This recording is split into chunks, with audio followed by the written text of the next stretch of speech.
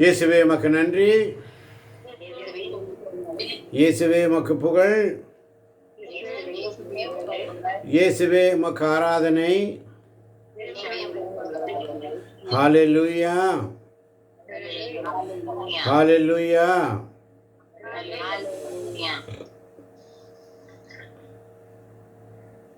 தூய ஆவியே துணையாக வருவீர், இறை வல்லமையும் இறை ஞானத்தையும் நிறைவாய் என்னில் பொழிந்தருள்வீர். வாரும் வாருமே, என்னில் நிறைவாய் வாருமே. வாரும் வாருமே, என்னில் நிறைவாய் வாருமே. அன்பே உருவான எங்கள் அருமை தகப்பனே, இந்த காலை பொழுதற்காக உமக்கு நன்றி செலுத்துகிறோம் ராஜா. பேராவலோடு இறையிறக்கத்தின் செய்திக்காக வந்திருக்கின்ற ஒவ்வொரு பிள்ளைகளையும் குடும்பங்களையும் வராத பிள்ளைகளையும் உம்முடைய திருக்கரத்தில் ஒப்பு கொடுக்கிறேன் ராஜா. ஒவ்வொருவரையும் நீர்தாமே அழைத்து வந்தீர். அழைத்தவர் உண்மை உள்ளவர், அழைத்தவர் அறிந்தே அழைத்தீர். பெயர் சொல்லி எங்களை அழைத்திருக்கிறேன். இதோ நீர் எங்களிடத்தில் விரும்புவது என்ன? நீர் எங்களிடத்தில் விரும்புவது என்ன? பிலிப்பியருக்கு எழுதிய திருமுகம் 1ஆம் அதிகாரம் 27ஆம் வசனம் இப்படியாக சொல்லுகிறது: ஒன்றை மட்டும் மறந்து விடாதீர்கள், கிறிஸ்துவின் நற்செய்திக்கு ஏற்றவாறு நடந்து கொள்ளுங்கள். நான் உங்களை வந்து பார்த்தாலும், நான் வர முடியாத நிலையில் உங்களை பற்றி கேள்விப்பட்டாலும், நீங்கள் நற்செய்தியில் கொண்டுள்ள நம்பிக்கைக்காக ஒரு மனதோடு போராடி ஒரே உள்ளத்தோடு நிலைத்து நிற்கிறீர்கள் என்றும், எதிரிகள் முன் சற்றும் மறலாமல் இருக்கிறீர்கள் என்றும் நான் அறிய வேண்டும். இயேசு கிறிஸ்துவில் பிரியமான சகோதர சகோதரிகளே, பிலிப்பியர் 2:1 சொல்லுகிறது: எனவே கிறிஸ்துவிடம் இருந்து நீங்கள் ஊக்கம் பெற்றுள்ளீர்களா? கிறிஸ்துவிடம் இருந்து நீங்கள் ஊக்கம் பெற்றுள்ளீர்களா? அப்படி என்றால், கிறிஸ்துவிடம் இருந்து நாம் ஊக்கம் பெற வேண்டும் என்றால், இது ஜெபிக்க வேண்டிய நேரம். இது ஜெபிக்க வேண்டிய நேரம். தூய பவுல் மிக அழகாக சொல்லுகிறார், நற்செய்திக்கான போராட்டம். இது ஜெபிக்க வேண்டிய இறை இரக்கத்தின் செய்தி. இது ஜெபிக்க வேண்டிய நேரம். குழந்தாய், இந்த நாட்களில் நானே உன்னை பாதுகாக்கின்றேன், என்னோடு சேர்ந்து இரு. உனக்கு நான் வழங்கும் அருங்கொடைகளுக்காக நன்றி சொல். என் குழந்தாய், உன் ஆன்ம குருவிடம் உனது இந்த இரகசியங்களை எல்லாம் நீ சொல்லலாம். நீ தொடர்ந்து ஆண்டவருடைய நற்செய்திக்கு ஏற்றவாறு நடக்கும்படி நான் விரும்புகிறேன்.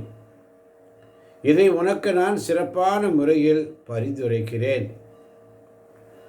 கிறிஸ்துவிடமிருந்து நீங்கள் ஊக்கம் பெற்றுள்ளீர்களா? வாசிக்கலாம். பிலிப்பியர் 2:1ஆம் வசனம். ஆமென். எனவே கிறிஸ்துவிடம் இருந்து நீங்கள் ஊக்கம் பெற்றுள்ளீர்களா? அன்பினால் ஆறுதலும், தூய ஆவியினால் தோழமையும், பரிவுள்ளமும் இரக்கமும் கொண்டுள்ளீர்களா? ஆமென். ஆமென். கிறிஸ்துவிடமிருந்து நீங்கள் ஊக்கம் பெற்றுள்ளீர்களா? அன்பினால் ஆதரவும், தூய ஆவியால் தோழமையும், பரிவுள்ளமும் இரக்கமும் கொண்டுள்ளீர்களா? அப்படியானால் நீங்கள் ஒரே எண்ணமும் ஒரே அன்பும் ஒரே உள்ளமும் கொண்டவராய் திகழ்ந்து ஒரு மனத்தவராய் இருந்து என் மகிழ்ச்சியை நிறைவாக்குங்கள். இது ஜெபிக்க வேண்டிய நேரம். என் குழந்தாய், நீ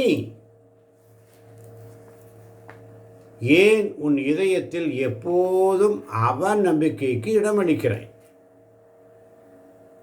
என் குழந்தாய், நீ ஏன் உன் இதயத்தில் எப்போதும் அவநம்பிக்கைக்கு இடமளிக்கிறாய்? நான் எல்லாவற்றையும் உனக்கு செய்யவில்லையா? நான் எல்லாவற்றையும் உனக்கு நான் செய்யவில்லையா? உனக்கு சமாதானத்தை தருவது நான் அல்லவா? உனக்கு சமாதானத்தை தருவது நான் அல்லவா? உனக்கு முன்பாக இருக்கும் வழி எதுவென உனக்கு தெரியாத போதும் கூட உன்னை வழிநடத்த நீ என்னை அனுமதிக்க வேண்டும் என்று நான் உன்னை கேட்கிறேன். பின் ஏன் நீ உன்னையே இவ்வளவு சங்கடத்துக்கு உள்ளாக்குகிறாய்? என் குழந்தாய், பொறுமையாயிரு. இதுவே உன் ஆன்மாவின் மிக பெரும் குறையாக இருக்கிறது. எல்லாவற்றையும் இறைவனின் கரங்களில் ஒப்படைத்து விடு. இது ஜெபிக்க வேண்டிய நேரம். ஜெபி, ஜெபி, ஜெபி. நான் உன்னை ஆசீர்வதிக்கிறேன். நான் வாழ்வது உமக்காக, உமது ஊழியம் செய்வதற்காக. நான் வாழ்வது உமக்காக, உமது ஊழியம் செய்வதற்காக. ஆமாண்டவரே, நான் வாழ்வது உமக்காக. நீர் எனக்கு ஒவ்வொரு சூழ்நிலைகளிலும் கற்றுத்தருகிறீரப்பா. இது ஜெபிக்க வேண்டிய நேரம் என்று எனக்கு கற்றுத்தந்த வார்த்தைக்காய் நன்றி ஆண்டவரே. நாம் செய்ய வேண்டியது என்ன? உன் ஆன்மாவின் மிக பெரும் குறையாக இருக்கிறது ஜெபம் குறைவாக இருக்கிறது. ஜெபம் குறைவாக இருக்கிறது. நீ உன்னையே இவ்வளவு சங்கடத்துக்கு உள்ளாக்கிக் கொள்கிறாய். பொறுமையாயிரு.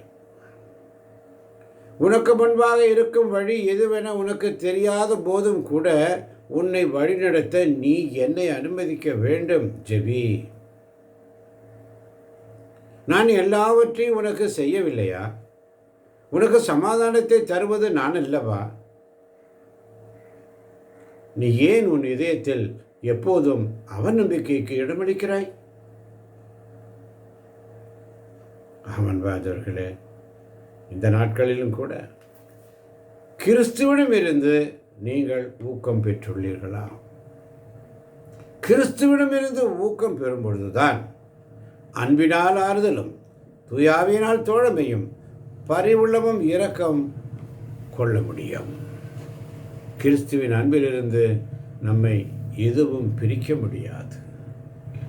கிறிஸ்துவின் அன்பிலிருந்து நம்மை எதுவும் பிரிக்க முடியாது. பிலிப்பியர் 2:5 வாசிக்க கேட்போம். ஆமென். கிறிஸ்து இயேசு கொண்டிருந்த மனநிலையே உங்களிலும் இருக்கட்டும். கிறிஸ்து இயேசு கொண்டிருந்த மனநிலையே உங்களிலும் இருக்கட்டும். ஆமென். ஆமென்.